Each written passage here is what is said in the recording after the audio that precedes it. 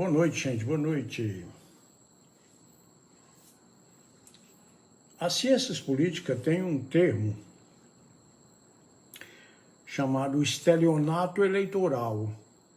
O que é o estelionato eleitoral? O estelionato eleitoral é quando um candidato apresenta na sua campanha, ou pré-campanha, uma plataforma com propostas, vamos dar o exemplo, proposta de viés ideológico de esquerda ou de centro-esquerda, e quando eleito e quando no exercício do mandato ele passa a exercitar uma prática de direita ou de centro-direita, diferente da centro-esquerda ou de extrema-esquerda. Chama-se estelionato eleitoral porque, de uma maneira ou de outra, o eleitor foi enganado.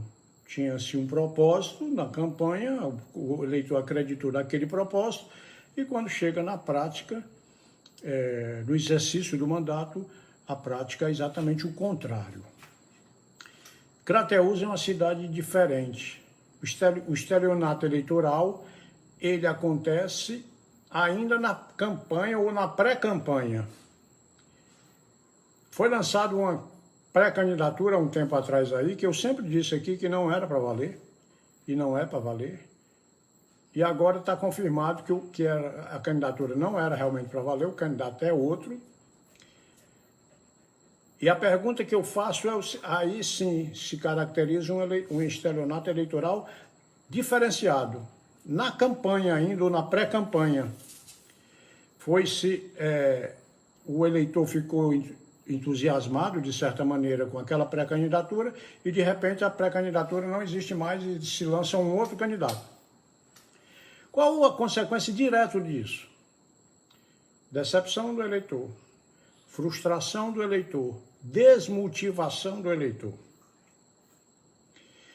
Outra pergunta que eu faço é o seguinte: alguém da oposição, alguma liderança expressiva da oposição, foi ouvida com relação a essa pré-candidatura, essa nova pré-candidatura?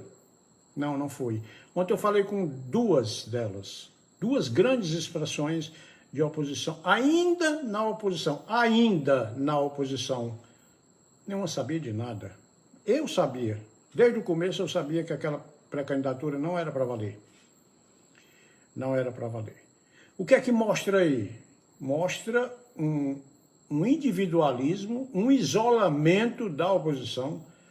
Lideranças da oposição não têm a menor ideia de quem seja esse pré-candidato, qual é a densidade eleitoral dele, quem é que está indicando, quem é que dá o suporte, qual é o consenso. Não existe consenso. Existe uma imposição de um nome que hoje, no meu entender, é tudo que a gestão pública, a situação em Crateús, sonhava. Enfrentar um candidato que não tem a densidade eleitoral ou política eleitoral que se esperava para um embate com a situação em Crateús. Por que isso aconteceu hoje, ontem, de ontem para hoje? Pela estupenda festa, a fantástica festa do Dia das Mães que a Prefeitura Municipal de Crateús promoveu. Jogou essa oposição nas cordas. Jogou nas cordas e para nocautear no primeiro round. Estão atordoados. A sugestão que eu dou é de que parasse de estar perseguindo, de estar assediando, de estar tentando colocar posições de chefia do seu pessoal, que contratasse, não um marqueteiro não é marqueteiro não, um cientista político, alguém que pense a política, não é alguém que pense a maneira de falar, a maneira de vestir, a maneira de se postar, quantos minutos fala na internet, qual o canal de internet, qual o canal de rede social, não é isso não. A oposição em Crateús é amadora, é infantil, é provinciana. A atitude, se foi verdade que houve um direcionamento para o bloqueio das estradas, foi uma coisa absurda de negativa para ela. Então a sugestão que eu dou é a seguinte, é exatamente isso aí. Ou profissionaliza, porque do jeito que está aí, se tivesse segundo turno em Crateús, ganharia no primeiro turno. Seguramente. Qualquer que seja o candidato da situação. Eu falei ontem com duas lideranças que estão na situação ainda porque